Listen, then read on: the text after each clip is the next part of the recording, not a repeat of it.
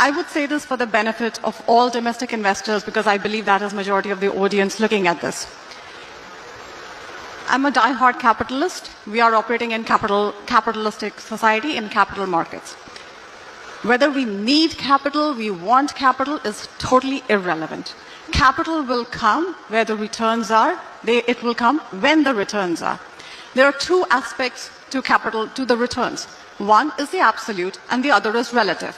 One can argue that the absolute returns in India have declined from the last 5 years. They may decline over the next 5 years. We can argue about that.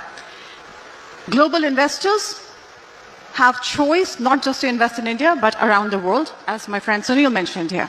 Now, allow me. Emerging markets, the rest of them, right? What are we even talking about? What are we even talking about?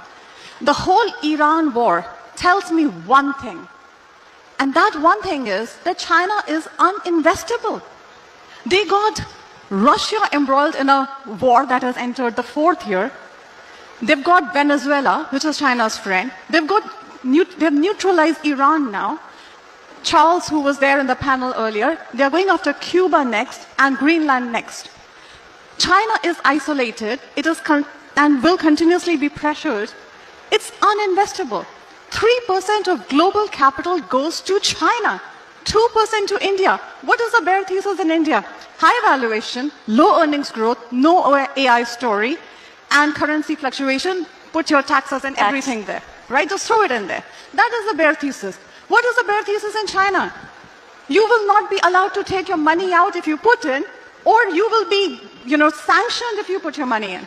That's China for you. That's a $10 to $13 trillion market, right? My friend Sunil mentioned rest of the EM. Let's go there. What is Korea? $2.5 trillion market, 35% is Samsung. 25% is Samsung and SK Hynix put together. Two companies, one theme. Let's go to Taiwan. $1 trillion market, maybe $1.5 trillion market, 35% one company, TSMC. Where else would you like to go? Let's go to Brazil. But Sashi, the thing is those themes are working. So is this just global FOMO at its peak right now? Let's go to Brazil. $1 trillion market, 25% of the market is Vale and Petrobras. Okay? Let's go to South Africa. $1 trillion market, 25% of the market is Naspers and its parent Prosus. That's what we are comparing. We are a $4.5 trillion market, maybe $4 trillion market. The other are piddly $1 trillion markets. One trick ponies, one theme works, and those themes will work. From time to time, those themes will work. One day, guess what? North Korea will also work. But if you want a broad-based economy where you have financials, my friend talked about other countries don't have financials. If you want a broad-based economy which has got financials, which has got defense, which has got consumption, consumer discretionary, healthcare, that country, my dear friends, is only India. And I want to say, thank you. We know how the audience is feeling. But I want to say two more things.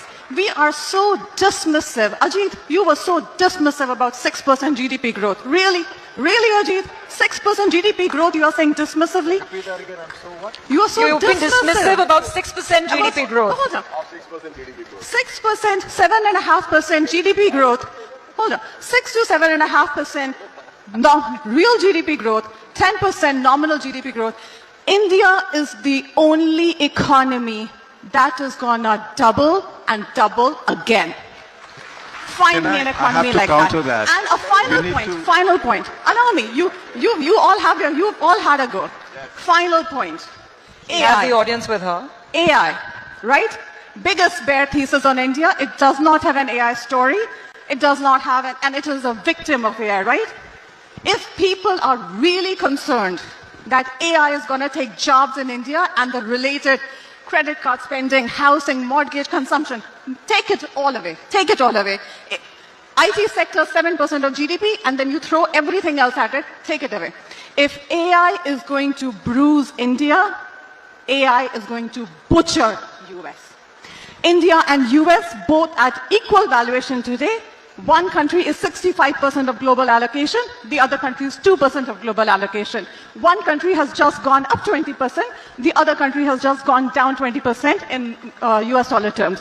One country has got $400 billion legal market, software market, healthcare market, finance, banking, accounting, R&D, science, you name anything.